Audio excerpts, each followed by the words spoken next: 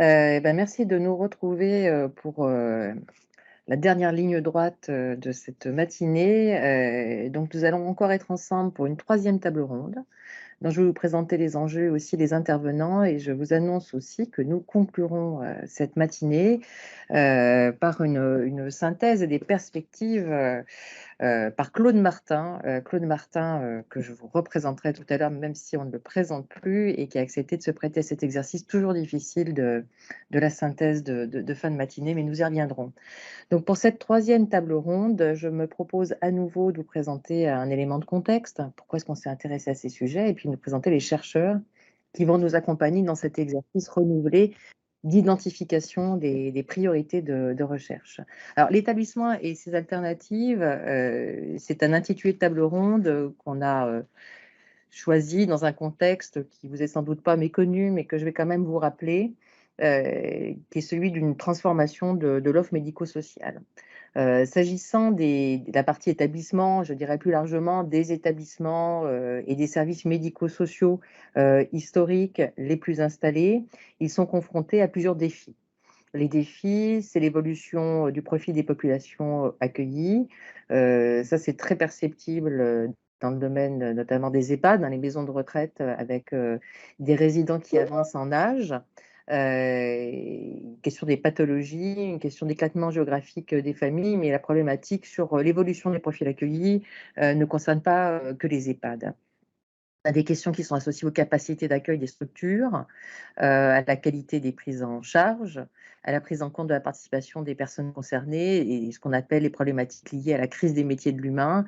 Je pense qu'il ne nous a pas sans doute échappé qu'il y avait des problématiques de recrutement et d'attractivité des métiers dont on entend parler cette rentrée. Par ailleurs, ça c'est l'autre axe, on a à cet accueil en structure collective un objectif politique de développer les différentes formes de la désinstitutionnalisation à la française. Donc la désinstitutionnalisation à la française, c'est le virage domiciliaire, c'est aussi le pari de l'inclusion et de prise en charge plus conforme à un idéal de société inclusive qui se traduisent très concrètement par de nouvelles formes d'accompagnement. Ces accompagnements, on les appelle hors les murs, EHPAD hors les murs, ça sera abordé. Ce sont aussi ces dispositifs, ces approches de parcours, ces plateformes, ces expérimentations qui ont comme point commun de se caractériser comme étant des alternatives à ce qu'était la prise en charge historique. Donc les questions qu'on aimerait évidemment se poser, c'est comment aborder dans des projets de recherche cette transformation. Parfois, on a l'impression que tout aurait été dit sur l'offre historique. Donc, pour aborder ces sujets, on a souhaité réunir Iris Lefeuilleur, j'espère ne pas avoir écorché votre nom, qui est adjointe scientifique à la Haute École de Santé de Vaud, qui est sociologue. Et verrez, nous avons 3 sociologues avec nous. Alors, c'est de la jeune recherche, mais 3 générations de jeunes chercheurs. Iris, si vous me permettez de vous appeler Iris, vous avez soutenu votre thèse en 2013. Vous l'avez d'ailleurs publiée en 2015. Elle a été primée, il faut le souligner, hein, du prix du monde de la recherche universitaire. Et vous aviez ce nom un peu provoquant sur cet ouvrage, Penser des jambes de bois. La vieillesse, catégorie d'existence et de travail en maison de retraite. Et c'est un parcours de recherche qui porte notamment sur les établissements accueillant des personnes âgées en perte d'autonomie. Et je crois que vous nous direz qu'on n'a pas tout dit sur les EHPAD et sur les maisons de retraite. Et ça, c'est intéressant quand on s'intéresse à la question de sur quoi on doit porter les soutiens en matière de recherche. Avec nous également Louis Braverman. Louis Braverman a soutenu sa thèse en 2017. Alors pas sur un public spécifique de l'autonomie, hein, vous êtes intéressé à l'expérience du cancer de la prostate, mais dans le cadre de vos travaux post-doctorat, et puis désormais vous êtes maître de conférence à l'Université de Bretagne occidentale au Labert, vous êtes intéressé notamment à l'EHPAD hors les murs, donc à une alternative justement à l'offre historique. Et ça vous amène à les considérer au concret et peut-être à considérer aussi ce que peuvent être le renouvellement des problématiques d'inégalité d'accès quand il y a des sujets de dispositifs alternatifs. L'accès est toujours un sujet dans notre domaine, dans le secteur du médico-social, mais là, plus encore, la question peut-être des restes à charge, de la complexité et de la possibilité aussi que ces offres soient autoportantes au sens qu'elles n'impliquent pas une contribution forte des aidants, qui est un des enjeux quand même de la désinstitutionnalisation, seront sans doute posés dans votre intervention avec qu'est-ce qui reste encore à travailler. Et puis Adrien Primerano, une soutenance de thèse en 2020, lui-même sociologue, une poursuite d'ailleurs de ce parcours de recherche. Et donc Adrien Primerano, qui peut-être, je ne sais pas s'il a pu mettre sa caméra, a soutenu une thèse en 2020 sur la fabrique des 1/capables. Hein, j'insiste bien sur le 1/capable, qui est une ethnographie de l'accompagnement en institut spécialisé, notamment en IME, pour des adolescents, adolescentes qui sont désignés autistes. Et donc là, à nouveau, un jeune sociologue qui s'intéresse à l'offre historique, hein, celle de l'IME. Donc je propose sans plus attendre, pour vous conserver votre temps de parole, 15 minutes chacun, pour développer votre point de vue sur quels objets, avec quelle méthode de recherche, pour quelle finalité. Et sans plus attendre, la parole à Iris Lefeur. Et je vous laisserai peut-être corriger ma prononciation. C'était il devait être avec vous. Voilà. Toutes les prononciations sont autorisées. Normalement, on le prononce à l'allemande avec toutes les lettres, donc ça, on dit normalement l'Ofeyer, mais mon histoire montre que on peut inventer beaucoup de prononciations qui sont tout à fait acceptables. En tout cas, merci beaucoup pour cette présentation. Et merci aussi beaucoup pour l'invitation qui m'honore beaucoup. Je suis très contente de participer à cette journée parce que j'ai trouvé les débats extrêmement passionnants depuis ce matin. Et puis, je vais probablement revenir sur un certain nombre de choses qui ont été dites, parce que notamment sur la question de la division du travail intellectuel et des séparations disciplinaires. Mais je vais revenir un petit peu plus en détail. Ce que je voudrais dire pour commencer, c'est d'abord que bien que je trouve que l'exercice est extrêmement intéressant, je trouve aussi qu'il est relativement difficile, notamment parce que communiquer sur les creux, ça impliquerait en théorie de prétendre à une connaissance exhaustive de toutes les études sur le sujet, donc j'aurais pas l'immodestie de le faire croire. Mais donc, je voulais juste dire un mot sur le fait qu'effectivement, je parle en tant que sociologue, et puis en fait, qui regarde assez peu dans les disciplines voisines, à l'exception de l'anthropologie, de l'histoire et de la science politique. Donc j'ai découvert en fait, de la démographie évidemment, parce que étant sociologue plutôt d'obédience qualitative, ça me permet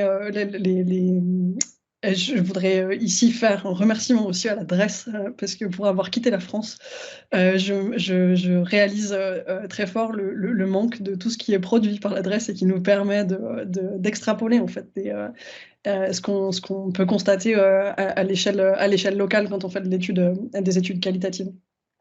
Voilà, donc pour à peu près situer mon propos, je tenais à dire d'abord que donc j'ai pas la prétention d'avoir quelque chose d'exhaustif, et puis si dans les commentaires vous voulez mentionner des études que mon radar aurait ignorées, je les lirai avec grand plaisir. Alors, ce que je voudrais pour les trois grands thématiques, les trois grands manquements en fait sur lesquels je voudrais revenir aujourd'hui, à propos de l'EHPAD, d'abord, je voudrais commencer sur la question des déterminants externes et internationaux, notamment parce que je pense que c'est une des principales choses qui manque et qui a peut-être pas été dite en fait ce matin.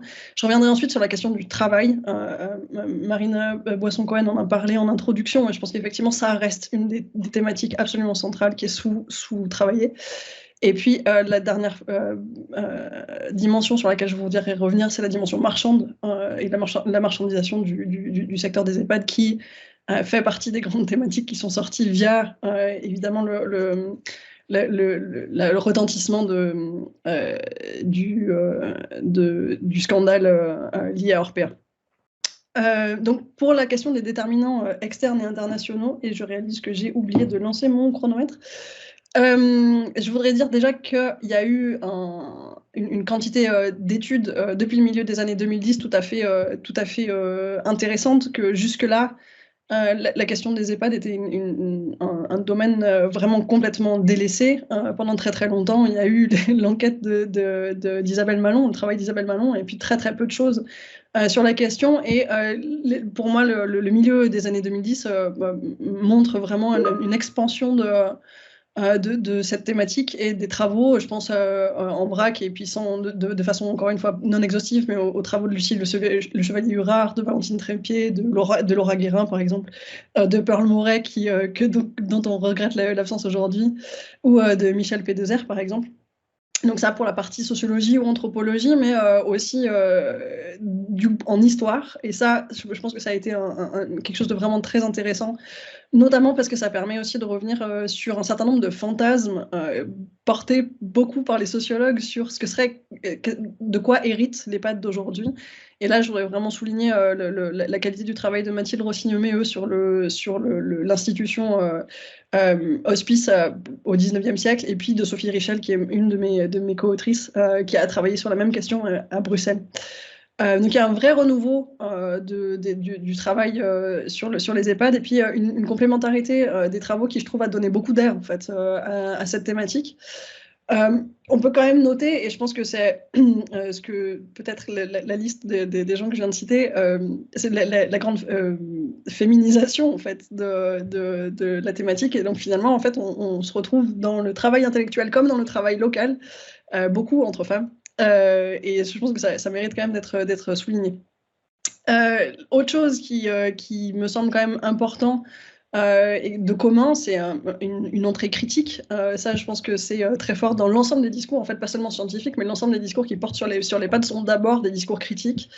Ce qui configure en fait un certain nombre de façons d'aborder la question. Je reviendrai plus dans la deuxième partie, mais je pense que ça pose un certain nombre de problèmes, et notamment le fait que je crois que ça invisibilise en partie, ou en tout cas ça invisibilisait jusque-là, les questions qui portent au travail et à sa difficulté.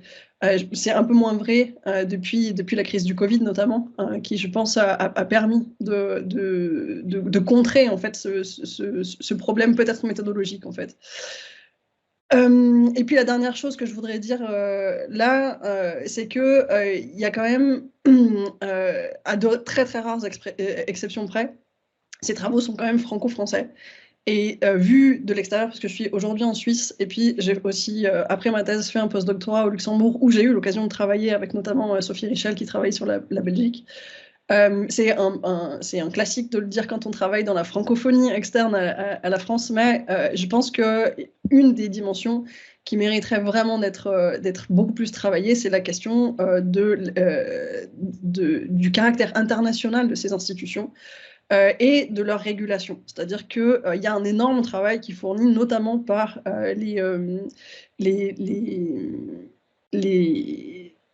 l'ONU, l'OMS, etc., sur de préconisations de ce qu'il faudrait faire, de comment, et qui joue un très très grand rôle dans la régulation des pratiques et des injonctions. Et donc je pense qu'il faut absolument travailler ça, peut-être sous l'angle de la comparaison. Alors là, pour la comparaison, on peut notamment souligner le travail de François Aubry, qui a soutenu sa thèse en 2012 et qui comparait la France et le Québec, mais plus globalement aussi à l'extérieur de la francophonie. Je pense qu'il y a beaucoup de choses qui mériteraient d'être faites. Alors, il y a quelques travaux, notamment au Canada, qui se sont intéressés aux formulations internationales des cadres institutionnels de l'EHPAD, mais je pense que ça fait partie des choses qui sont importantes dans la mesure où ce sont des institutions au sens sociologique du terme, c'est-à-dire que ce sont des virtualités qui sont répétées dans l'espace et dans le temps, bien qu'elles incarnent évidemment des réalités locales bien particulières sous la forme établissement. Mais donc voilà, je pense qu'il faudrait consacrer beaucoup plus d'études au fait que les problèmes qui sont posés et leurs solutions s'élaborent aussi à l'échelle internationale. Et l'outil de comparaison à partir des réalités nationales contrastées, par exemple, ça permettrait peut-être de mieux saisir ce qu'il y a de commun, et pourquoi pas aussi de qu'est-ce qu'il y a de déterminant dans les situations locales. Donc voilà, je pense que ça fait partie des outils qu'il faudrait envisager. Je passe à mon deuxième point sur la question du travail en EHPAD. Donc les travaux que j'ai cités, alors c'est pas le cas de tous, il y en a aussi qui portent sur la question du travail, mais sont souvent concernés par la question des conditions de vie des résidents et des droits des patients, qui est une des entrées principales. C'était la mienne avant de rentrer dans l'établissement, parce que ça fait partie des moteurs des questionnements, évidemment, parce qu'on s'interroge sur ce que la société fait à ces personnes qui rentrent dans ces établissements. Donc la plupart des travaux, en fait, portent sur ces questions-là. Ou sur la question des pathologies du grand âge et de leur construit, et notamment là, depuis les plans de la fin des années 2000, Alzheimer a pris une place prépondérante. Et puis, il y a aussi une division disciplinaire du travail intellectuel dont je parlais précédemment et qui a fait l'objet du débat de la séance d'avant, mais qui doit, à mon avis, être vraiment pensé, parce que notamment, quand le travail est interrogé, c'est plutôt le travail de première ligne qui est interrogé, alors que les sciences de gestion du premier panel l'ont bien mis en exergue. Il y a quand même toute une partie du travail d'organisation du travail, pour reprendre l'expression de Marianne Dujarier, qui sont passés complètement dans l'ombre de ces études. Et à mon avis, pourtant, c'est là qu'il faudrait se poser un certain nombre de questions, et notamment autour des managers. Alors, c'est pour ça que je parle de division du travail intellectuel, c'est que finalement, le travail des managers est laissé aux sciences de gestion, que j'ai le plaisir de découvrir plus critiques que ce qu'elles ont pu être, ou ce que j'ai pu en penser. C'est une autre possibilité. Mais il y a quand même, je pense, beaucoup de liens à faire au niveau du travail intermédiaire, en fait. Parce que là, j'ai parlé des cadres nationaux et internationaux, du travail de première ligne, de la question des résidents. Et finalement, on regrette que ces niveaux-là soient rarement abordés de front dans les études, qui choisissent leur camp pour faire vite entre l'anthropologie et la science politique. Je pense qu'il est impératif de construire des dispositifs d'enquête qui nous permettent d'aborder ces différentes dimensions de front. C'est ce que j'ai essayé de faire, avec les limites que, évidemment, ça implique. Mais je pense qu'il y a vraiment besoin aussi de porter une attention absolument cruciale sur ces niveaux intermédiaires, en fait, de production locale, notamment de ce travail d'organisation du travail. Voilà, je pense, pour ce que je peux dire sur le travail. Éventuellement, je pourrais y revenir dans les questions. Je voudrais revenir sur maintenant le troisième point que j'avais envisagé, qui est celui de l'EHPAD en tant que marché. Donc évidemment, le travail de Castanet a mis violemment en exergue la question des profits générés par le secteur, qui n'interroge pas, ou pas complètement, le fait que le secteur est en voie de privatisation très très fort, hein, que effectivement le nombre de places proposées par le privé est de plus en plus grand par rapport au nombre de places offertes en public. Mais que dans les enquêtes qui sont produites, il y a quand même un certain nombre de biais qu'il faut souligner. C'est le problème de l'acceptation des enquêtes. Donc j'y ai été confrontée personnellement à toutes les étapes de mes recherches, en fait. C'est que c'est très très compliqué de trouver des endroits dans lesquels les gens acceptent d'ouvrir leurs portes, et une fois que les portes ont été ouvertes, de trouver des gens qui sont d'accord pour montrer le travail réel tel qu'ils l'accomplissent. Donc il y a, à mon avis, un biais assez central dans les enquêtes qualitatives notamment, qui est que les endroits auxquels on a accès sont des endroits qui produisent déjà, en fait, une réflexion sur leurs pratiques, qui sont déjà hautement réflexifs, et qui, même s'ils nous permettent de voir un certain nombre de limites et de problèmes qui se posent au quotidien, les endroits dramatiques tels qu'ils sont relatés par les interviewés de Castanet ne sont pas accessibles à l'observation directe. Et donc je pense qu'il faudrait envisager d'inventer des dispositifs d'enquête qui permettent de contourner ces biais, ou en tout cas de prendre en compte ces biais dans les enquêtes qui sont produites. C'est ce que, pour juste dire un mot sur le projet que je fais actuellement, donc je travaille actuellement sur des organismes de formation privés qui proposent des méthodes aux EHPAD pour améliorer leurs pratiques. Et ça se voulait un moyen justement d'accéder à ces endroits qui n'ouvrent pas leurs portes aussi facilement, parce qu'on pensait qu'en entrant via les organismes de formation, on pourrait accéder à leur clientèle qui admet au départ un problème, étant donné qu'elle s'adresse à ces établissements, à ces organismes de formation pour solutionner un certain nombre de problèmes qu'ils ont. Bon, il s'est avéré qu'en fait, c'est assez compliqué et que ça reste pas tout à fait possible d'accéder aux endroits qui sont vraiment problématiques. Parce que, en fait, ceux qui sont vraiment dans des cas de limite n'acceptent pas plus l'arrivée des sociologues avec l'organisme de formation que quand on se présente en tant que sociologue autonome, quoi. Donc voilà, il y a vraiment cette question du biais d'enquête, je pense, en tout cas pour le niveau qualitatif, qui est vraiment extrêmement importante et qui mérite qu'on se pose la question de savoir comment est-ce qu'on peut le contourner d'un point de vue méthodologique.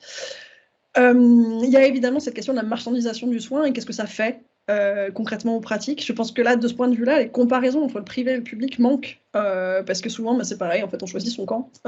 Et dans mon propre cas, quand on a enquêté, quand on a pu enquêter que sur le secteur privé, en fait, on ne peut rien dire de ce qu'on a observé doit à la nature des établissements. Ça, je pense que ça fait partie des choses qui sont cruciales à interroger, notamment parce que la question du fait que ces endroits génèrent des bénéfices est éminemment posée par donc, le travail de Castanet notamment, mais pas seulement en fait. Parce que je pense que là, il y a aussi peut-être un travail à faire au niveau du rôle de l'actionnariat, de qui sont en fait ces actionnaires dont on parle sur le terrain et dont on ne connaît rien, qui sont les gens qui investissent en fait dans les établissements et qui en attendent des retours financiers ou pas peut-être. Mais donc voilà, je pense que ça fait partie aussi d'une zone d'ombre totale sur cette activité-là. Donc on parle de marchandisation avec un angle critique en général, mais sans non plus savoir véritablement en fait de quoi ça relève en termes de pratiques sociales. Donc je pense que ça mérite d'être interrogé. Et puis pour terminer, mais ça, moi, ça fait partie sur oui, alors pardon, je vois le commentaire passer dans mon coin d'œil. Oui, je sais bien qu'il y a aussi le secteur associatif, mais donc ça n'enlève pas que je pense qu'il faut effectivement multiplier les comparaisons du privé avec le reste. En fait, c'était plutôt ça mon propos. C'est vrai qu'il n'y a pas que le public. Vous avez raison de le souligner. Dernier point, et donc là c'est ce sur quoi je travaille véritablement, mais il y a toute la question en fait de la formation et de la réforme. Je dis tout à l'heure que c'est quelque chose qui est absolument central dans ces établissements, c'est le fait que l'angle est critique, quel que soit le discours, que ce soit le discours public, médiatique, scientifique, ce qui conduit entre autres à donner une place énorme à la formation en tant que solution. C'est-à-dire qu'en général, quand on lit des documents qui proposent d'améliorer la situation, la formation des personnels de première ligne est toujours la première des solutions qui est proposée. Ce qu'il y a, c'est que la formation, je le mets avec des guillemets dans ma tête, parce que la formation, c'est une catégorie qui n'est jamais dépliée. C'est-à-dire qu'on ne sait pas la formation par qui, ni à quoi, ni dans quelles conditions. Mais on propose de former surtout les premières lignes, c'est-à-dire les aidants familiaux et puis les personnels de première ligne. Le projet que je conduis actuellement et dont j'ai parlé, le projet PECPA, essaye d'interroger ça. Et là, je reviens sur ce que je disais tout à l'heure. Je pense qu'il y a aussi une question assez centrale qui est celle de la formation des managers. En fait, à quoi est-ce qu'on forme les managers et quelles sont les idées sur lesquelles ils s'appuient pour organiser ou réorganiser le travail, parce que je pense que c'est quelque chose d'absolument central dans le fait de fabriquer des institutions. Toutes ces questions-là, en fait, elles montrent aussi, et je pense que ça c'est important, je vais finir là-dessus parce que je vois que mon chronomètre me dit que c'est terminé, mais je pense que ces questions-là, en fait, elles relèvent aussi d'autres endroits que les établissements, et ça je pense que c'est une des choses qu'il faudrait arriver à faire. Ça a été aussi un de mes objectifs, mais je vois bien au bout d'un certain nombre d'années que c'est quand même compliqué, c'est de faire de ces établissements et de la sociologie de ces établissements une sociologie générale, en fait, parce que les phénomènes qu'on observe ne sont pas spécifiques à ces endroits-là, que ce soit sur les questions justement Marine le soulignait tout à l'heure, de la crise des métiers, de la prise en charge de l'humain, ou que ça soit la question de l'introduction du coaching dans ces endroits-là. Je pense que ce sont des questions qui méritent vraiment d'être décloisonnées pour pouvoir aussi penser qu'est-ce que ces établissements doivent à des phénomènes sociaux qui sont beaucoup plus généraux et qui sont actuels. Ouais, je vais m'arrêter là.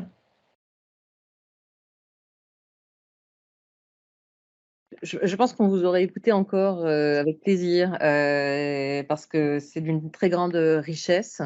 Je vais juste faire un rebond sur le mouvement d'internationalisation en matière de normes. Il est tout à fait passionnant et on voit bien qu'on a des effets de boucle sur la question aussi des pratiques gestionnaires. Parce qu'on sait qu'il y a toute une partie de la normativité qui passe par des outils de gestion.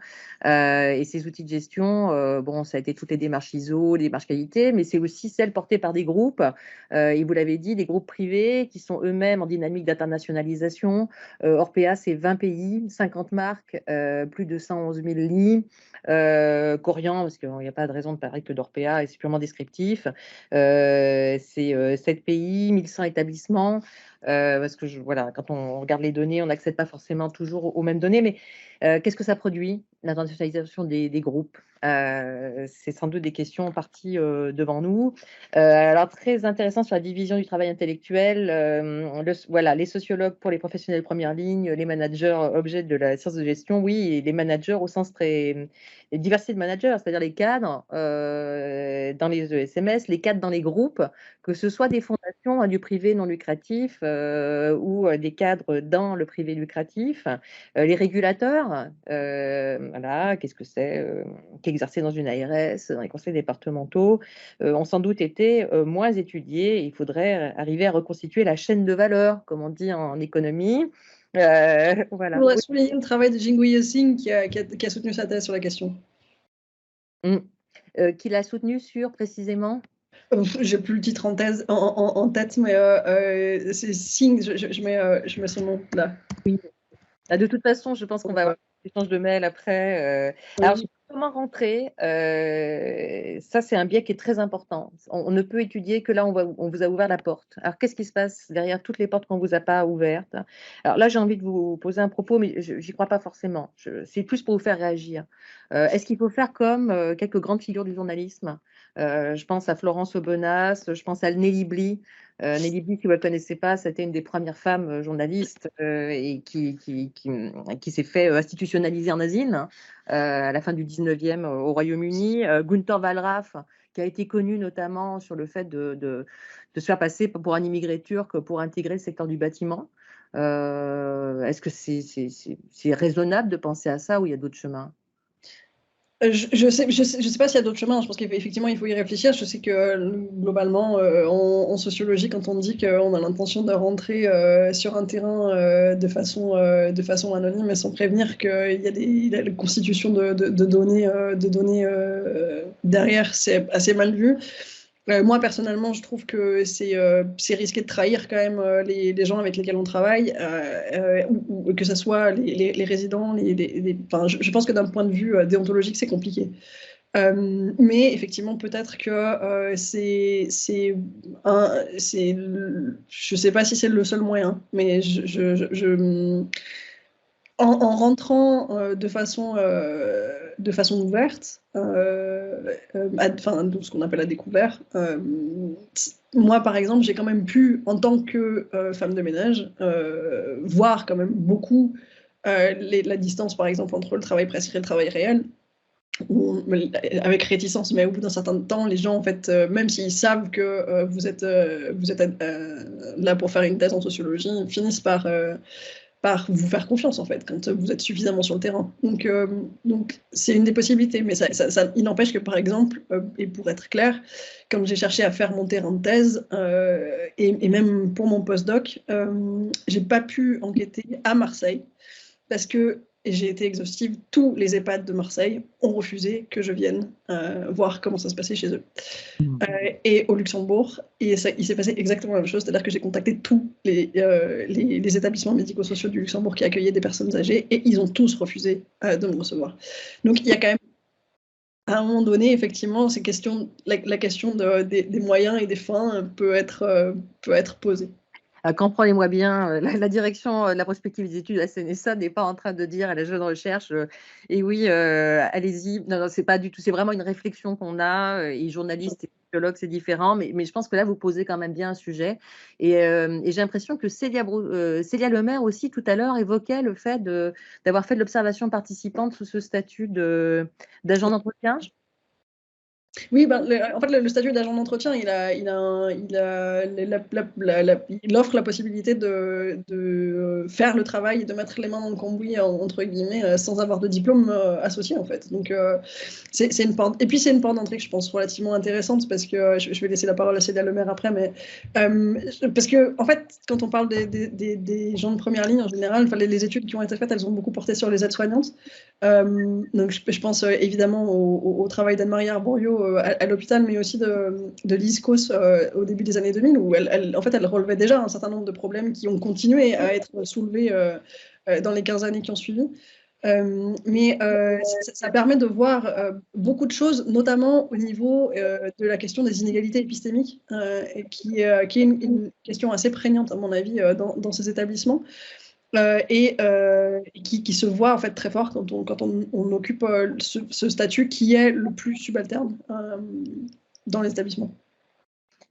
Et alors, juste en un mot, je ne me suis pas trompée quand j'ai entendu tout à l'heure. Oui, absolument, absolument, c'est le cas. On a fait avec mon collègue Christophe Humbert, qui est sociologue d'ailleurs, des ethnographies participantes. En fait, on a fait le ménage.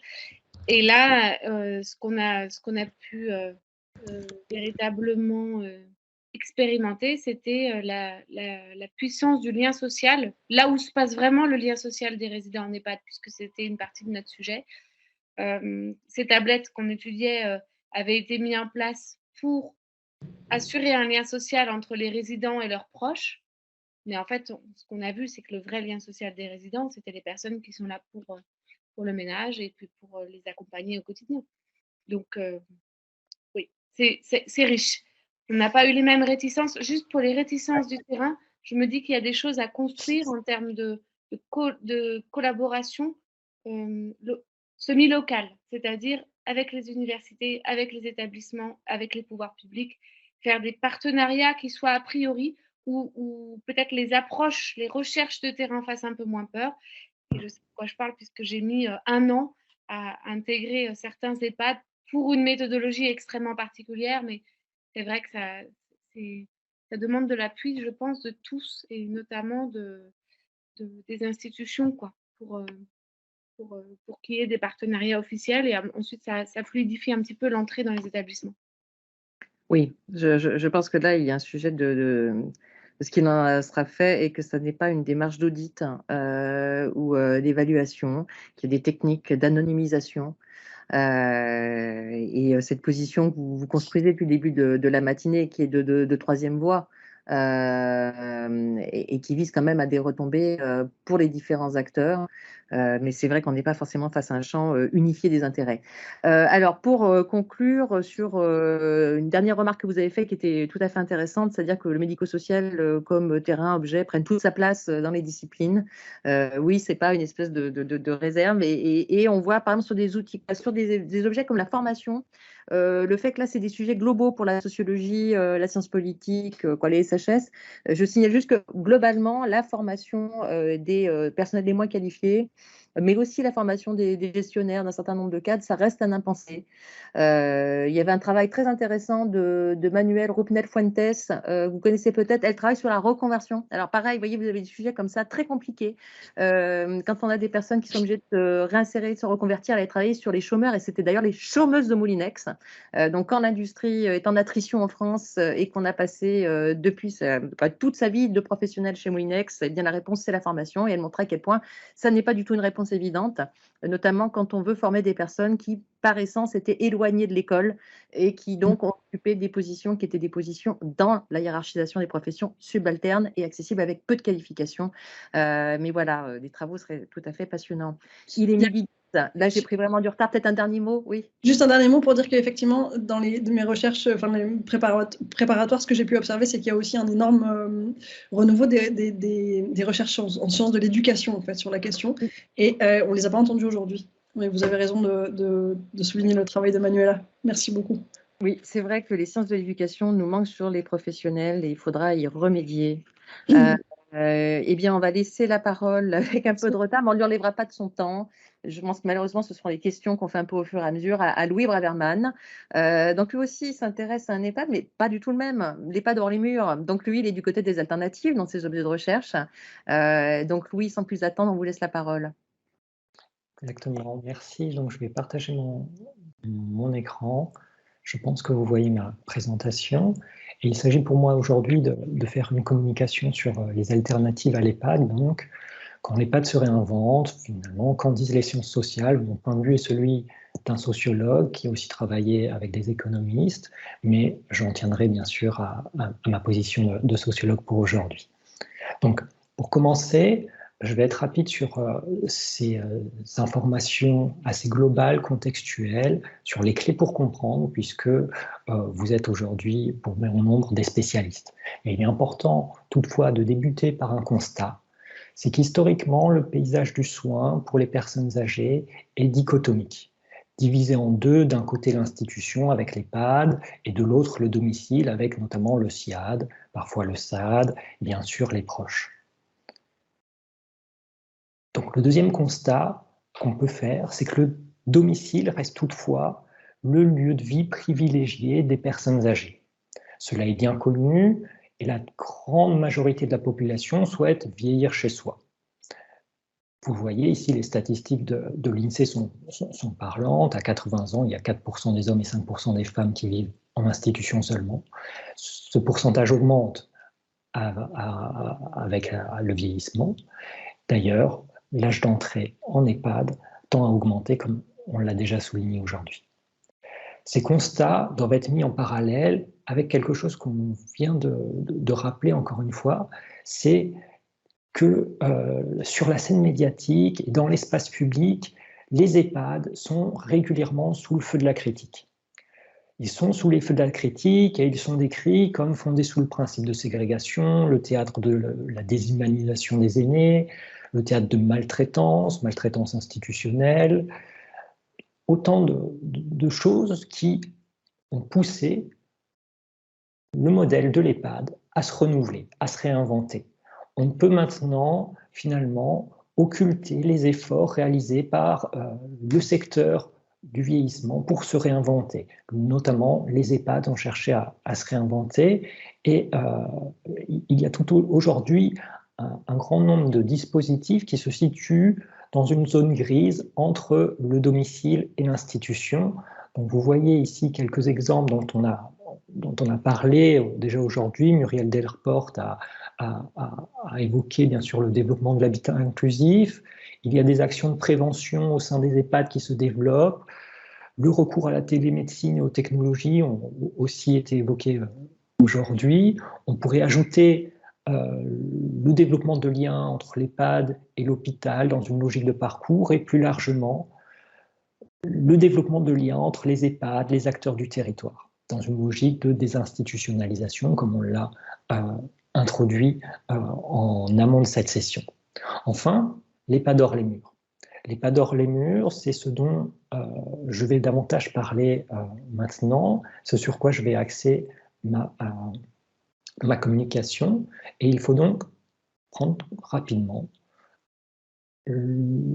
présenter rapidement ce dont il s'agit, puisque je veux revenir sur ce modèle de l'EHPAD hors les murs. Plus largement, on les appelle les dispositifs innovants pour le maintien à domicile. Vous le voyez, il y a une pluralité de termes qui existent. Le thème d'EHPAD hors les murs ne fait pas l'unanimité. Il cohabite avec d'autres dénominations, établissement territorial, EHPAD nouvelle génération, pôle de service, EHPAD plateforme, DRAD. Pour le dire vite, les EHPAD hors les murs visent à accompagner des personnes dans leur domicile avec un niveau de prise en charge renforcé, voire proche des EHPAD. Cette initiative donc se décline sous une diversité de formules, mais elles ont en commun bien souvent de s'appuyer sur un EHPAD dont le périmètre n'est toutefois plus limité au mur de l'EHPAD, à l'institution, À cela s'ajoute souvent une logique d'inclusion, c'est-à-dire que l'objectif est de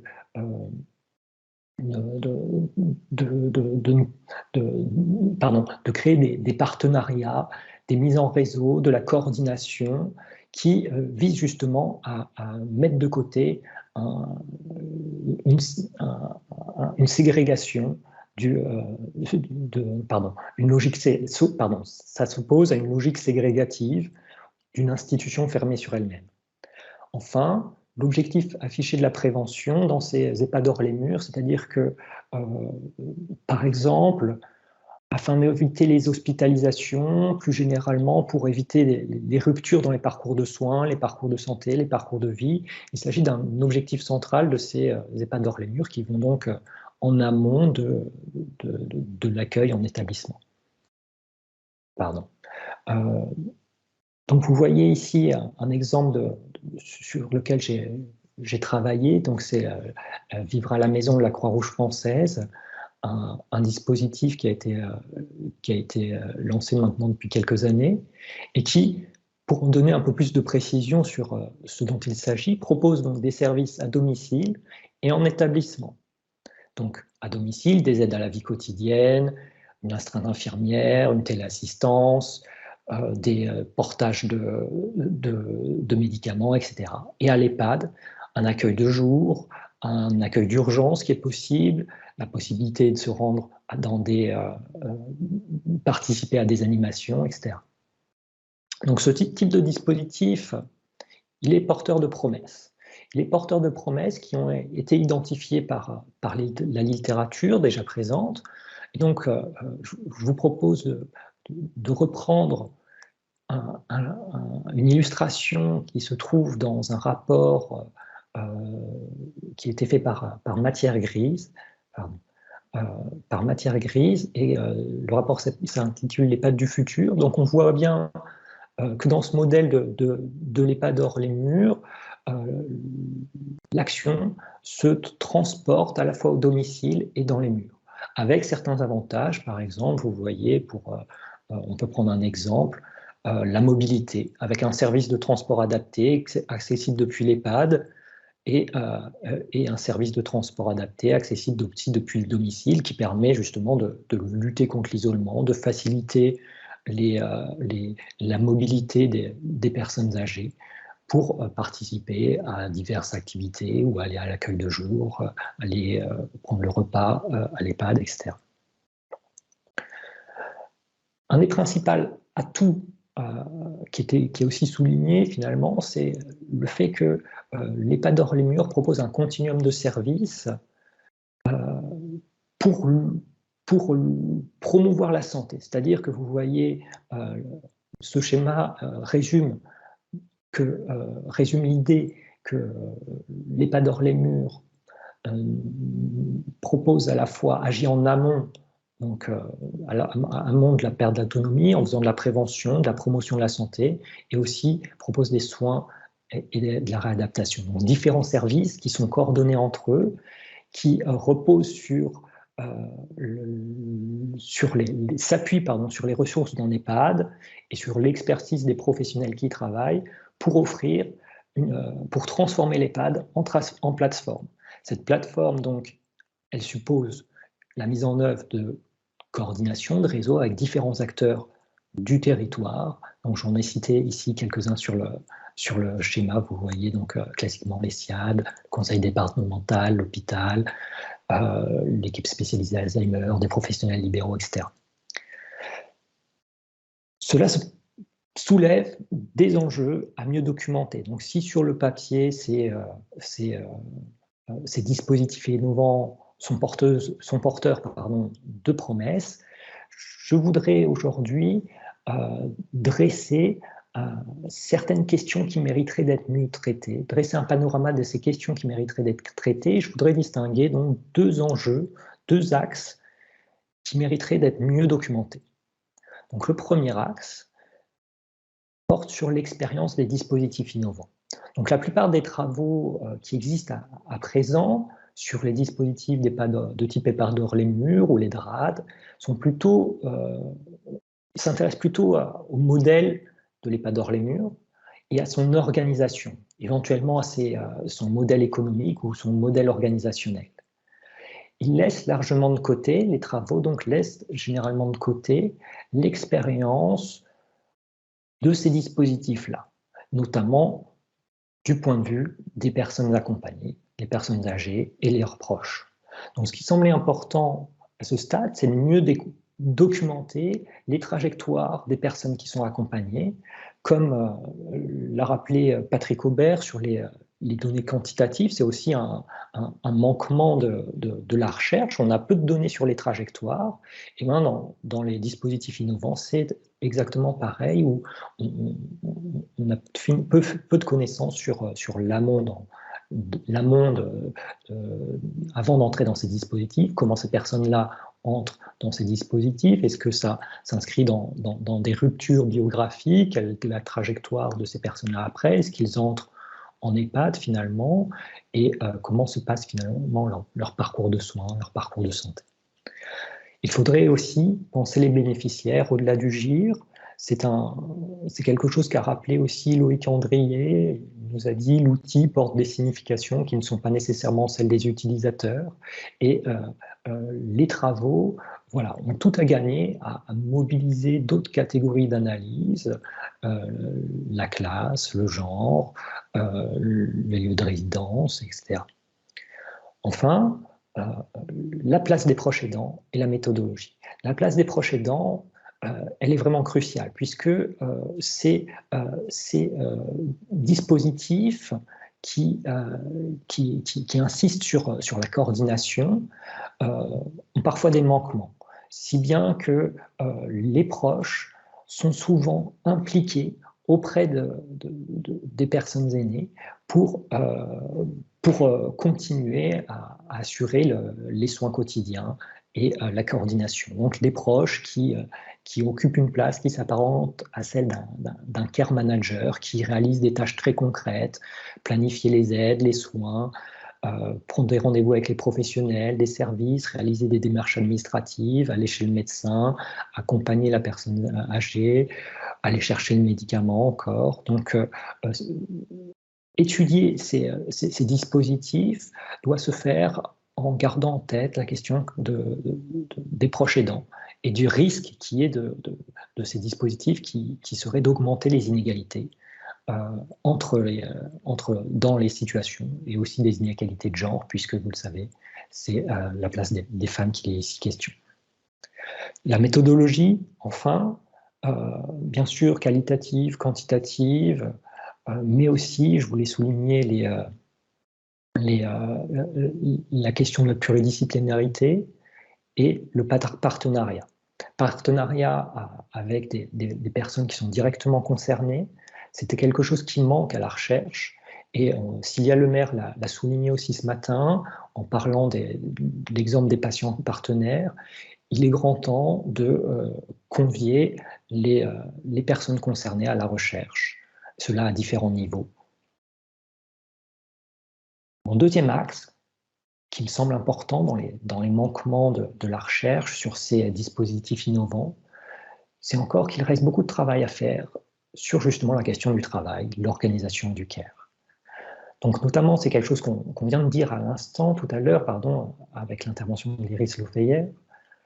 Les logiques sociales des acteurs de l'accompagnement peuvent être mieux documentées, que ce soit au niveau macro, mezzo ou micro. Donc macro, ça peut être les enjeux macroéconomiques, macro-politiques. On peut penser à comment justement ce modèle est porté par les politiques publiques, quels freins ou contraintes économiques pèsent sur ces modèles au niveau macro. Au niveau méso, il y a bien sûr les porteurs des dispositifs associatifs, publics, privés, les personnes qui peuvent aussi les lancer très directement. Et au niveau macro, donc les premières lignes avec la relation entre les personnes qui sont accompagnées et les personnes professionnelles qui les accompagnent, ainsi que les proches, bien sûr. Cela pose la question de renouveler le regard sur l'accompagnement à domicile. J'ai repris là le titre d'un article Bernard Hennuyer, l'accompagnement à domicile, Mission Impossible, puisque ces dispositifs-là ne mettent pas de côté les problèmes de l'accompagnement à domicile, notamment des problèmes organisationnels. Les personnes accompagnées qui me disent, par exemple, que l'aide-soignante vient préparer la nuit à 16 heures. Donc des problèmes classiques d'organisation, du travail, de l'accompagnement à domicile.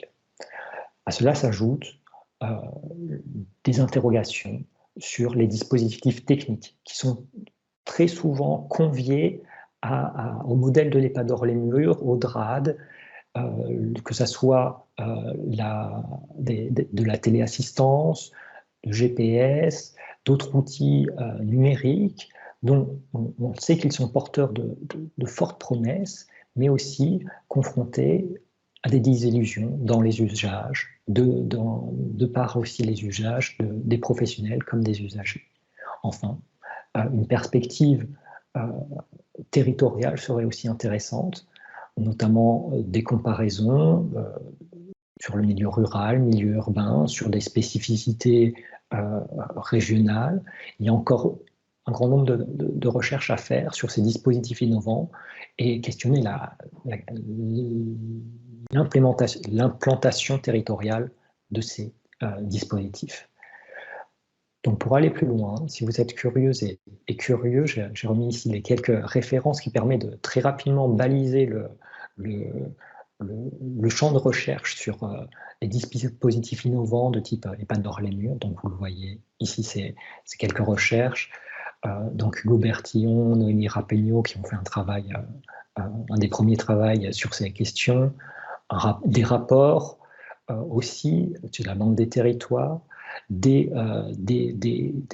acteurs du milieu qui prennent la parole, comme vous voyez là, le directeur général de la Fédération nationale de la maturité française qui propose une réflexion sur ces dispositifs, des sociologues indépendants qui font des rapports sur les EHPAD d'Or-les-Murs, et moi aussi dans le milieu plus académique, et des publications qui soulèvent la question de ce virage domiciliaire ou de cette désinstitutionnalisation à la française. Voilà, je vous remercie pour votre attention.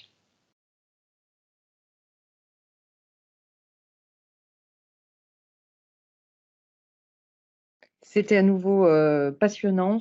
Alors, peu de temps, j'ai quand même envie de rebondir et de vous faire réagir sur ce que vous avez présenté. Est-ce que vous pourriez vous reconnaître dans une notion de recherche évaluative? Alors, je vais préciser mon propos. L'évaluation, comment elle est réalisée très souvent quand on veut évaluer des dispositifs justement expérimentaux, parce qu'on dit il faut les évaluer, c'est que on constate que c'est plutôt finalement une évaluation qui va être réalisée par des cabinets de conseil, des cabinets d'études, des acteurs privés, avec des méthodes qui parfois empruntent plus à des démarches d'audit, de contrôle des risques gestionnaires, dans lesquelles on ne va pas retrouver des méthodologies de recherche. Et peut-être que je m'enthousiasme, mais j'ai l'impression qu'il y a un grand intérêt à ce que les acteurs académiques et les acteurs de la recherche eh bien, s'investissent dans des recherches qui, in fine, peuvent avoir une valeur d'évaluation au sens objectiver les impacts réels, l'effectivité, la confrontation de la promesse et de la réalisation. Et surtout, à quelles conditions peut-on atteindre la promesse? Qu'est-ce qui fait qu'on n'atteint pas la promesse? Faut-il revisiter la promesse? Alors, ce terme d'évaluation, vous pouvez en faire quelque chose où vous dites non, là, on est dans un autre domaine. Merci pour cette question. Donc, je reviens sur le champ général des études sur ces dispositifs innovants. Il y a les acteurs de l'évaluation classique, l'audit qui est bien présent, et d'un autre côté, quelques recherches aussi académiques. Pour ce qui est de mon cas personnel, ma première recherche avait le type d'évaluation qui était une commande de la Croix-Rouge française, mais en réalité, on avait une très grande liberté dans l'enquête, si bien qu'il s'agit d'une évaluation qui, comme on l'a dit tout à l'heure dans les commentaires, n'a engagé surtout que ceux qui l'ont fait, c'est-à-dire nous les chercheurs, et la Croix-Rouge ou les politiques publiques n'attendaient pas grand-chose de cette évaluation pour avancer, pour engager une réflexion sur ces dispositifs. Ce n'était pas forcément là l'enjeu. Et d'un autre côté, effectivement, il est essentiel que les sciences sociales mettent la main à la pâte et voilà, ne pas laisser le travail aux audits pour justement avoir une dimension plus complète, il me semble, aux recherches. Pardon. Je ne sais pas si j'ai bien répondu à votre question. Non, il n'y avait pas de bonne réponse ou mauvaise réponse, mais moi, j'en retiens qu'il y a un intérêt à ce que les sciences sociales aient sur ce terrain d'évaluation qui n'appartient pas seulement ou peut-être principalement au cabinet d'études ou de conseil. Sur les objets, vous en avez énuméré. Je pense que ceux qui veulent mieux connaître aujourd'hui les expérimentations, les alternatives, parce que ces alternatives à la fois sont aujourd'hui quand même des politiques publiques à part entière, mais parfois elles sont encore conduites sous couvert d'expérimentation, qui est un registre en soi, de l'action publique, et n'hésitez pas à aller consulter les très nombreuses expérimentations qui sont soutenues dans le cadre de l'article 51. L'article 51 renvoyant un dispositif qui a été mis en place par le fameux article 51 dans la loi de financement de la sécurité sociale de 2018. Et c'est vrai que beaucoup ont trait à l'âge, au secteur du handicap, qu'il s'agisse de faire évoluer le conseil en matière d'aide technique pour une meilleure appropriation, qu'il s'agisse de développer des outils de téléassistance ou de télésurveillance, toujours dans un but que les personnes puissent être suivies depuis leur domicile. Et donc, vous l'avez dit, promouvoir la santé, des approches de prévention et ce lien entre la promesse d'un parcours et d'une approche personnalisée et du droit de vivre chez soi. Et après, des enjeux de déploiement dans le réel qui sont étudiés. Je crois qu'on l'a bien entendu. Je sais que vous vous êtes intéressé aussi à la question des inégalités d'accès, peut-être par renforcer, mais on n'a pas le temps de tout aborder. Donc, je renverrai aussi à consultation de vos travaux et on va écouter Adrien Primerano. Oui, merci beaucoup. Du coup, je vais lancer mon chronomètre pour essayer de réguler moi-même le temps. Vous m'entendez bien? Très bien. Merci. Donc, merci beaucoup tout d'abord pour l'invitation. Et je vais, dans un premier temps, me présenter en quelques mots pour dire donc d'où je parle. Je suis sociologue et je travaille sur les questions de handicap. J'ai donc effectué une thèse sur l'accompagnement des adolescentes et adolescents autistes en institut médico-éducatif, IME. Et actuellement, je travaille en tant que post-doctorant au sein de l'INSERM via un projet qui a répondu à l'appel de l'IRESP Autisme et Sciences sociales qui a été évoqué en introduction. Et cette enquête actuelle porte sur les groupes d'habileté sociale, des espaces d'apprentissage, de règles et de normes sociales pour des personnes autistes qui prennent lieu, et c'est un des points qui nous intéresse particulièrement, dans une pluralité d'espaces, c'est-à-dire dans des cabinets libéraux, des IME, des hôpitaux psychiatriques, des associations, etc. Pour répondre au thème qui avait été donné, l'établissement et ses alternatives, je me suis donc concentré sur la question du handicap en sciences sociales et particulièrement en sociologie qualitative dans le contexte français, puisque c'est ce que je connais le mieux. Je ne prétends évidemment par ailleurs pas tout connaître. Il est possible que je laisse dans l'ombre des travaux existants qui m'ont échappé. Et si les manques de la recherche en ce domaine existent certainement, je soulignerai toutefois, pour commencer, que le titre de cette session, l'établissement et ses alternatives, fait sensiblement écho à celui du colloque d'Alter, la Société européenne de recherche sur le handicap, qui s'est déroulé en juillet 2022 et dont le titre était alors « Repenser l'institution et la désinstitutionnalisation à partir du handicap ». C'est donc un thème profondément d'actualité et j'essaierai humblement de soulever quelques points qui méritent sans doute d'être explorés davantage. Afin de répondre à cette question des manques à combler, j'ai identifié 4 axes qui se recoupent sur divers points et que je traiterai de manière succincte. Tout d'abord, un manque d'études sur les institutions dites exclusives. Je parle ici d'institutions exclusives pour parler des établissements et des espaces qui n'accueillent que des personnes en situation de handicap, en opposition aux espaces dits inclusifs qui accueillent tout type de public. Alors que la désinstitutionnalisation est donc devenue un sujet de débat en France, porté par des conceptions diverses autour de la fermeture ou de la transformation des établissements médico-sociaux accueillant une population désignée comme handicapée, il apparaît que les alternatives aux institutions, notamment chez les enfants, sont largement étudiées. Effectivement, depuis quelques années, la production autour de l'école inclusive s'est largement développée, ce thème faisant l'objet d'un certain nombre de travaux. Dans le même temps, il apparaît que les institutions médico-sociales pour mineurs les IME ou les instituts médico-professionnels restent une modalité importante d'accompagnement, comme en témoignent par exemple les longues listes d'attente dans ces établissements. Pour autant, alors que ce type de structure existe depuis de nombreuses années, les travaux qui étudient en détail ce qui s'y passe, qui s'intéressent au travail quotidien des éducatrices et éducateurs, à l'accompagnement mis en place au plus près du vécu, sont relativement rares. On peut toutefois noter certains travaux, comme celui d'Éric Santamaria, qui s'intitulait « Handicap mental et majorité », qui cherche donc à saisir ce quotidien institutionnel. Le vécu de l'institution par les personnes qui y sont accueillies, mais aussi par celles qui travaillent, est encore assez largement resté dans l'ombre. Si ce constat peut être fait pour les enfants, alors que l'école inclusive draine la majorité des travaux, il est plus encore valable lorsqu'il est question des adultes. Ce qui mène à mon second point concernant le handicap à l'âge adulte et dans la vieillesse. Donc, comme dit précédemment, quelques travaux se sont intéressés aux structures pour mineurs, mais dans la littérature, on trouve très peu d'éléments concernant les structures pour adultes, telles que les foyers d'accueil médicalisés, les FAM, ou les maisons d'accueil spécialisées, les MAS. Comme le notent Noémie Rapegno et Jean-François Raveau dans les Annales de géographie en 2017, si plusieurs travaux se sont centrés sur la scolarité ou le travail protégé des personnes handicapées, les établissements d'hébergement ont peu fait l'objet de recherches, tant qualitatives que quantitatives, en France. Dans la continuité de ce travail, Noémie Rapegno a coordonné un séminaire de recherche organisé par la CNSA, l'ADRES et l'IRESP en 2016-2017 sur les dispositifs et modalités d'accompagnement des personnes handicapées dans les établissements et services médico-sociaux. Si les actes du séminaire laissent apparaître une prise en compte de cette problématique, des angles morts peuvent encore toutefois être soulignés. Il me semble qu'il apparaît un manque concernant les recherches qualitatives, par entretien et plus encore par observation, pour saisir le fonctionnement quotidien de ces espaces et, de la même manière, une sociologie du travail des professionnels impliqués reste à mon sens encore largement à produire, comme le soulignait par ailleurs Iris juste avant à propos des EHPAD. Au-delà des établissements médico-sociaux, si la question de l'inclusion est abordée aujourd'hui chez les enfants, souvent sous le prisme de l'inclusion scolaire, des angles restent à être abordés dans la population adulte. Il me semble en particulier que ce sujet doit être exploré pour ce que nous nommons le handicap mental.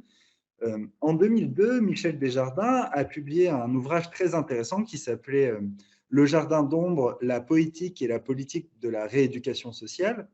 Et dans celui-ci, il montre, au Québec, comment une institution dite ouverte, dans des logements dits inclusifs au cœur de la cité, recrée de fait un monde miniature exclusif qui ne fait qu'imiter la vie sociale des non-handicapés, tout en recréant un espace cloisonné.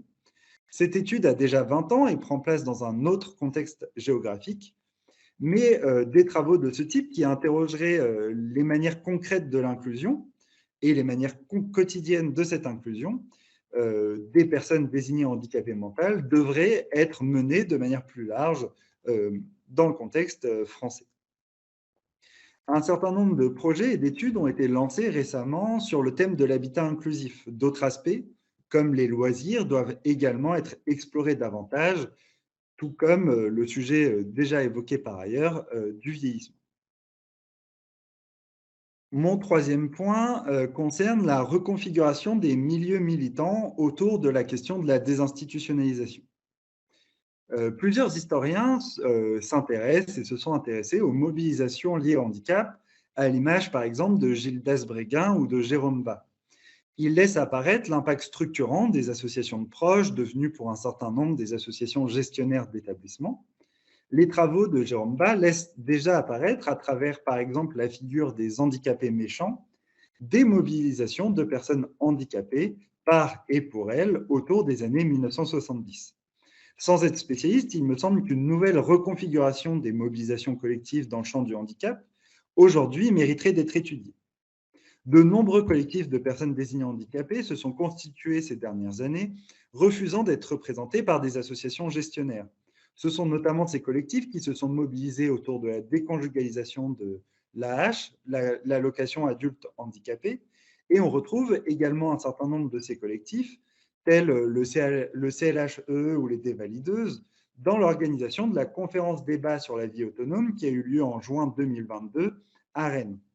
Cette reconfiguration associative et militante mérite d'être étudiée, sans doute par le prisme de recherche collaborative avec les personnes concernées.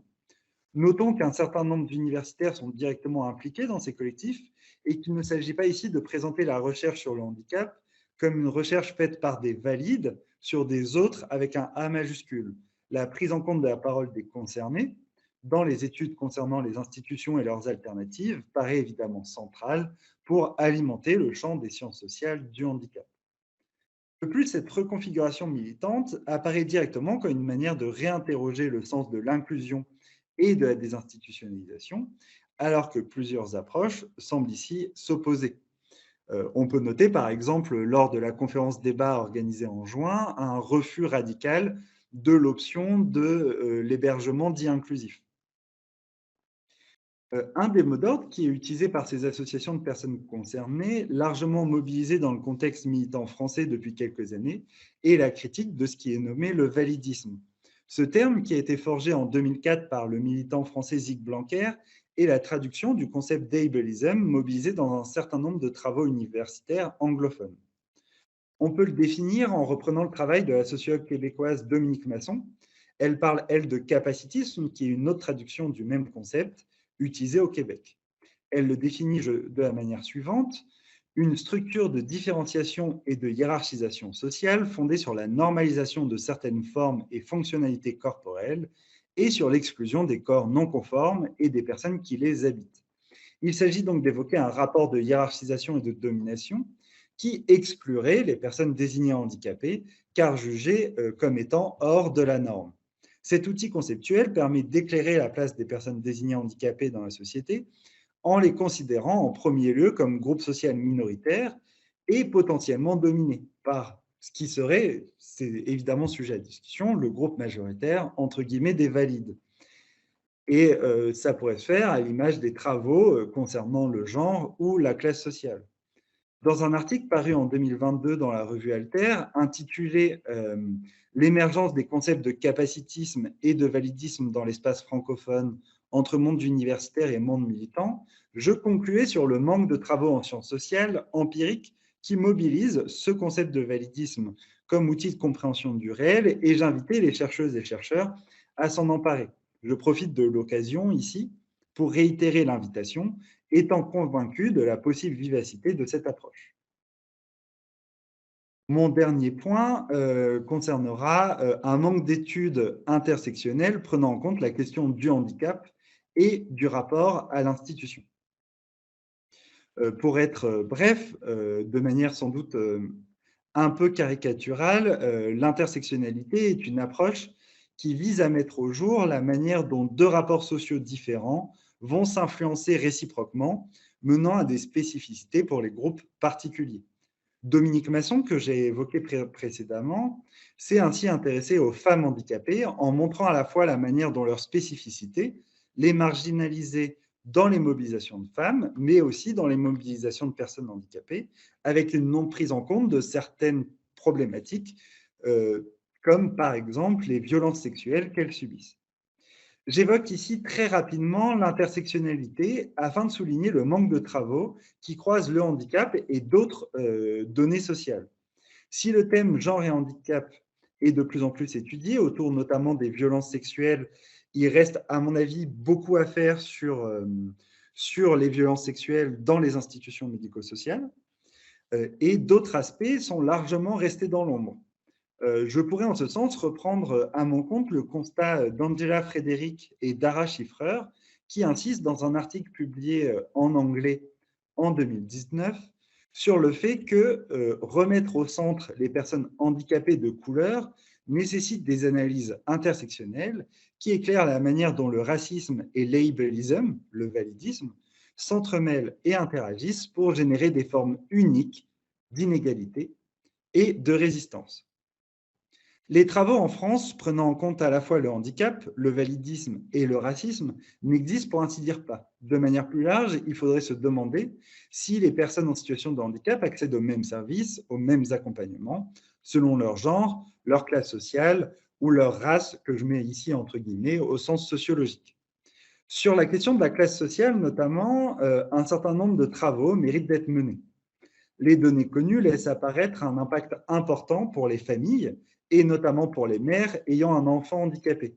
C'était notamment le constat de Ebersold et Bazin qui constataient que les femmes interrogées dans leur corpus avaient très largement eu des changements professionnels à la suite de la naissance d'un enfant handicapé, ce qui concernait 80% d'entre elles, 26% travaillaient à mi-temps, 25% vivaient au foyer, etc. Donc l'impact de l'accompagnement d'un enfant handicapé, ça a un impact financier, ça demande un engagement temporel et provoque une réorganisation au sein de la famille.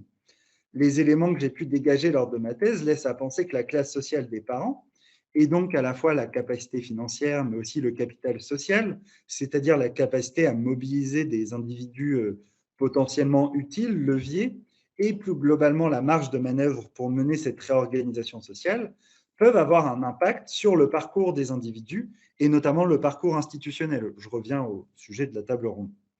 Effectivement, j'avais constaté que l'âge d'entrée dans les institutions que j'avais appelées au départ exclusives était sensiblement différent selon la classe sociale des parents. Les familles aisées avaient souvent scolarisé les enfants et usé des établissements exclusifs comme dernier recours, ce qui n'était pas du tout le cas pour les familles les plus précaires, dont les enfants étaient entrés en hôpital de jour ou en IME beaucoup plus jeunes. Des études approfondies sur l'impact de la classe sociale dans le parcours d'accompagnement me paraissent en ce sens nécessaires pour comprendre les différents vécus et parcours de vie des personnes désignées handicapées en France. Par ailleurs, sur le point que je viens d'évoquer, il me semble que l'impact de la loi de 2005 sur ce constat doit être éclairci et il est possible qu'une évolution soit en cours. Les liens à explorer entre classe sociale et handicap me semblent nombreux et dépassent ce simple exemple. On peut penser à l'accompagnement à l'âge adulte, à l'accès à l'habitat inclusif ou au travail protégé selon la classe sociale. Pour conclure, j'ai donc soulevé de manière un peu arbitraire plusieurs axes qui, à mon sens, peuvent être l'objet de davantage de recherches. Les institutions d'accueil de personnes en situation de handicap dans le secteur du médico-social, les personnes désignées handicapées adultes et en particulier l'accompagnement des personnes considérées comme ayant un handicap mental, la reconfiguration des milieux militants autour de la question de l'institution et de la désinstitutionnalisation, l'étude de la place laissée aux personnes en situation de handicap dans l'espace social à travers le concept de validisme, et enfin, les approches intersectionnelles croisant le handicap d'une part et la classe, la race au sens sociologique ou le genre d'autre part, dans l'étude des institutions et de ses alternatives. Désolé d'être allé un peu vite et merci de votre attention.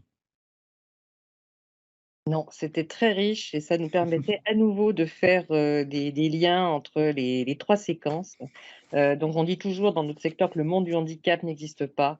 Je pense que là, vous avez bien mis en évidence des clivages que moi j'aurais tendance même à étendre à entre types de handicap, mais ça nous mènerait peut-être un peu loin, mais qui renvoie à des enjeux de capacité à s'auto-représenter ou de contraintes ou de moindres ressources pour accéder à une auto-représentation. On va, mais voilà, je sens qu'on se reverra, je pense, dans d'autres séminaires de l'IRESP. Je voudrais maintenant donner la parole à celui qui nous a écoutés, qui a été patient, qui a été obligé d'être attentif toute la matinée. C'est celui qui assume la synthèse, c'est Claude Martin. Donc Claude Martin, je profite qu'il se connecte pour rappeler, il y a ce long parcours. Il est aujourd'hui notamment directeur du conseil scientifique du programme prioritaire de recherche autonomie, ce programme prioritaire de recherche qui permet actuellement d'apporter des ressources. On parle de 30 millions d'euros quand même sur du pluriannuel pour vraiment encore consolider cette communauté. Donc c'est un parcours qu'il a conduit d'une thèse, on rappelle, avec Robert Castel, de l'Université de Caen, l'école de santé publique qui à l'époque ne s'appelait pas encore le HESP, le CNRS, une approche large des politiques sociales, des politiques familiales, des politiques de l'autonomie. Donc il mérite son statut de grand témoin et on va l'écouter avec un grand intérêt. Merci beaucoup Marine, merci à toutes et tous et à tous ceux qui ont fait des présentations. Je serai assez bref parce que, comme vous le savez, l'exercice est un exercice d'équilibriste, donc je peux tomber de mon fil et d'autre part, il est tard et nous avons presque commencé à déborder sur le temps que les uns et les autres voulaient accorder à cette matinée. Alors, je vais surtout parler de choses qui m'ont frappé et puis jouer le rôle qu'est le mien, c'est-à-dire au fond d'une génération un peu intermédiaire. Moi, ma carrière s'achève en décembre et je ferai valoir mes droits à la retraite. Donc, j'ai un peu un pied dans un monde d'avant, si on peut dire les choses comme ça.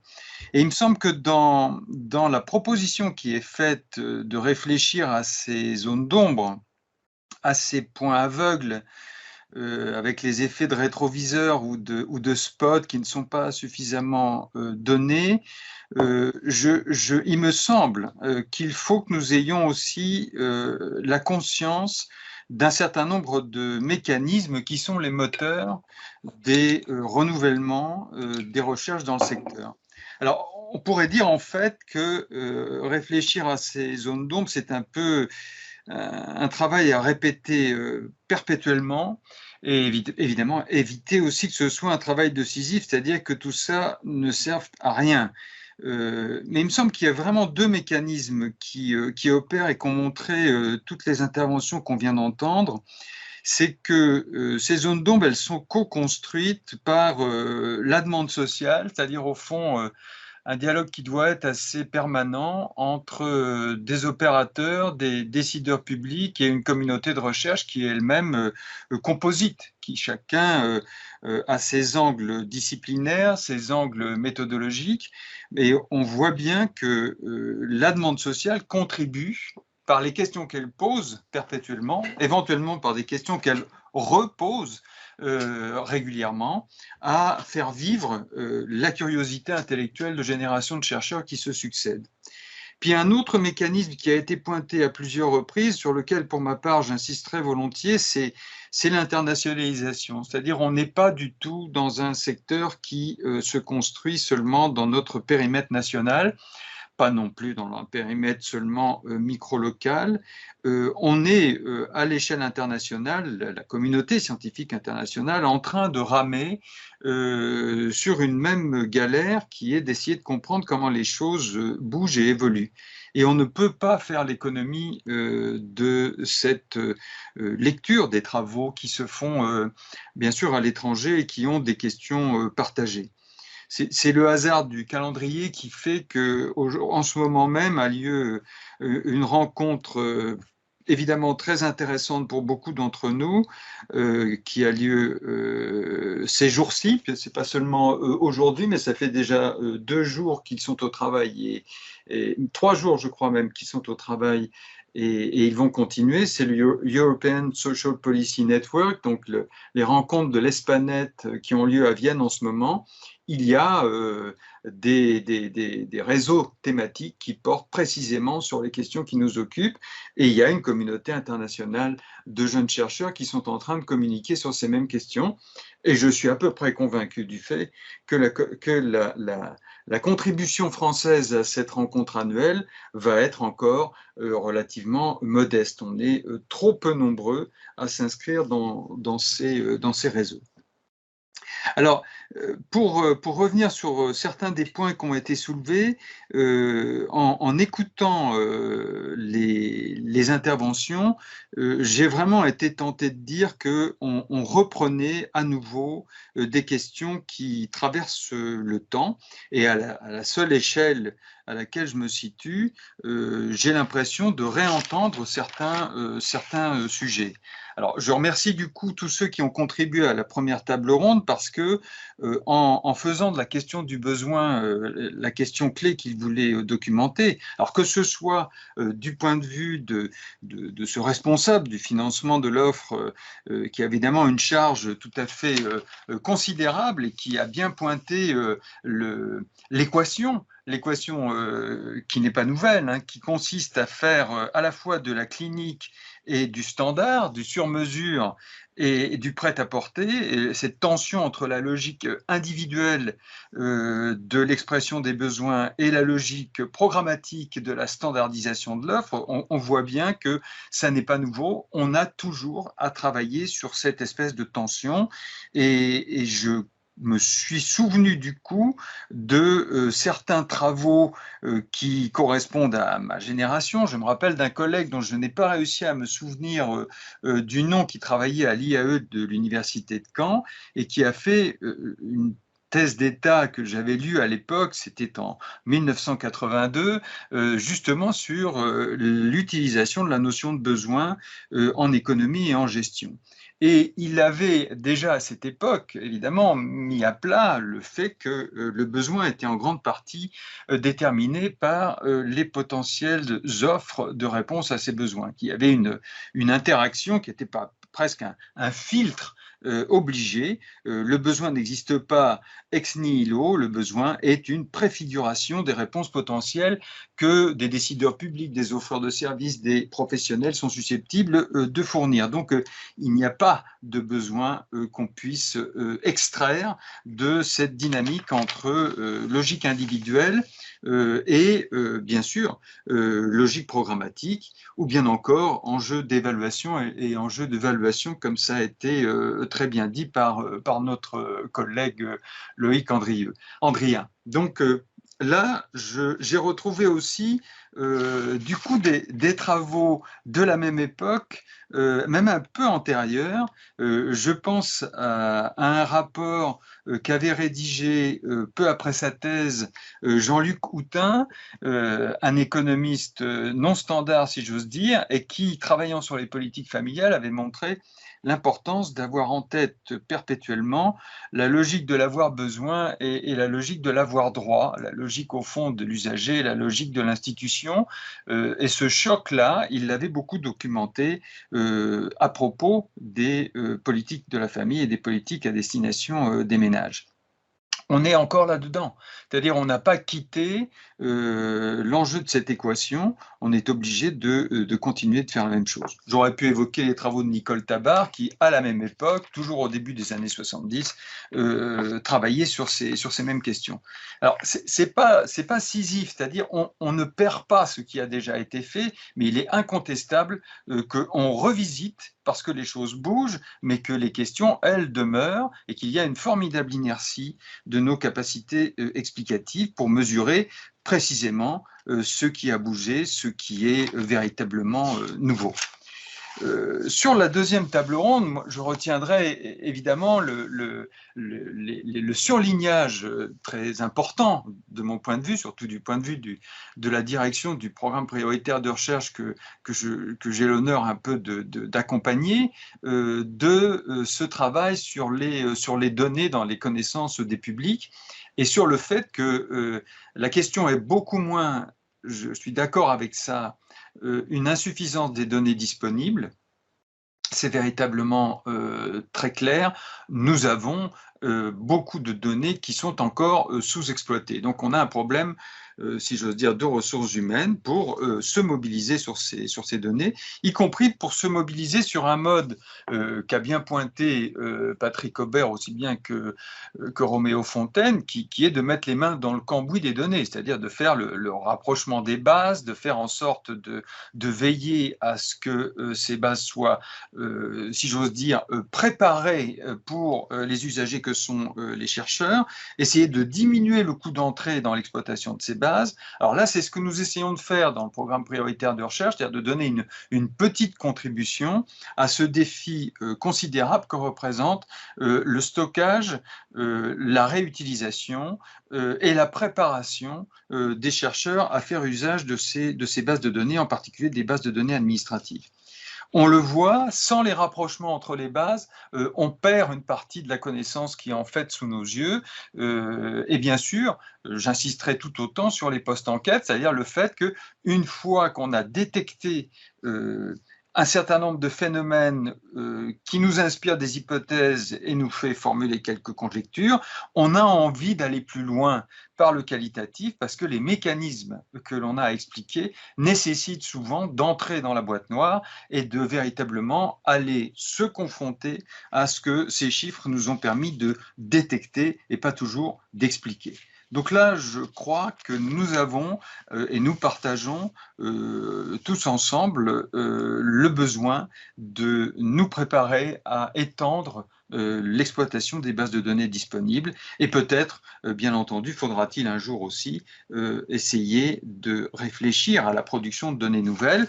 Mais là, j'ai envie de dire, sur notre domaine, on a l'enquête autonomie, elle va être bientôt à notre disposition. Il faudrait, et on va essayer de le faire grâce au programme prioritaire de recherche, renforcer la masse critique qui va faire l'exploitation de cette base parce que c'est une source incontestable, énorme de connaissances qui a toutes les chances dans une dizaine d'années. On fera sans doute encore une fois le constat qu'on l'a sous-exploité alors qu'on avait une Rolls-Royce à notre disposition. Enfin, je ne sais pas si l'image de la Rolls-Royce est la bonne, bien entendu. Pour ce qui est de la dernière table ronde, je trouve que une fois encore, on a eu des contributions pour lever le voile sur des questions extrêmement préoccupantes et intéressantes et qui nous permettent d'aller au-delà de ce que les affaires ou les scandales de la marchandisation de l'offre d'établissement permettent de voir. D'abord, en fait, sur cette affaire, et n'en dire qu'un mot, il est assez évident pour beaucoup de ceux qui travaillent sur ces questions qu'un certain nombre de phénomènes étaient déjà prévisibles ou prédictibles. C'est-à-dire on n'a pas une totale surprise sur ce qu'une marchandisation excessive est susceptible de générer comme effet.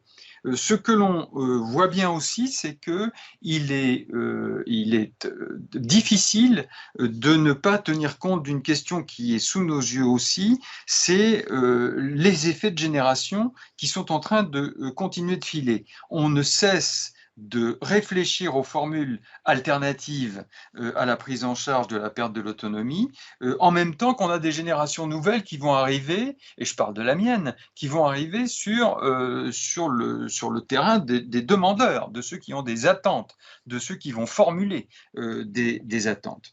Et bien entendu, cet effet générationnel nous conduit à essayer de penser au gap qui sépare la génération de mes parents. Moi, je n'ai plus mes parents, mais j'ai très bien vu ce qu'était toute leur dernière étape d'existence et évidemment le vieux que je suis sur le point de devenir et qui va avoir un certain nombre d'autres préoccupations, d'autres attentes. Ça, on a beaucoup de mal à l'anticiper, c'est-à-dire travailler de façon prospective sur les effets de génération qui coulent sous nos yeux. On a de la peine parce qu'on est souvent en train de produire des réponses qui seront obsolètes à l'échelle de 10 ou 15 ans, tout simplement parce que nous avons affaire à des attentes ou à des systèmes d'attente qui bougent. D'où l'importance, encore une fois, de ce qui a été pointé sur la recherche participative, sur le travail avec les parties prenantes, sur le fait de se décrocher du dialogue entre décideurs publics et experts ou décideurs publics et chercheurs.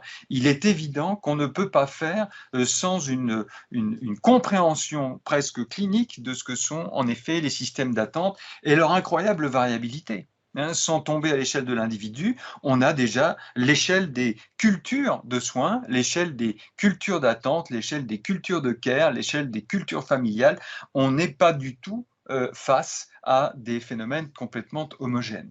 Donc voilà, je ne voudrais pas monopoliser beaucoup plus la parole. Je tiens à remercier beaucoup tous ceux que j'ai entendus. J'ai appris beaucoup et pris beaucoup de notes. Réagir à chaud est un peu périlleux et je pense qu'il n'est pas nécessaire d'étendre cet exercice de synthèse bien au-delà de ce que je viens de faire. Je vous remercie de votre attention.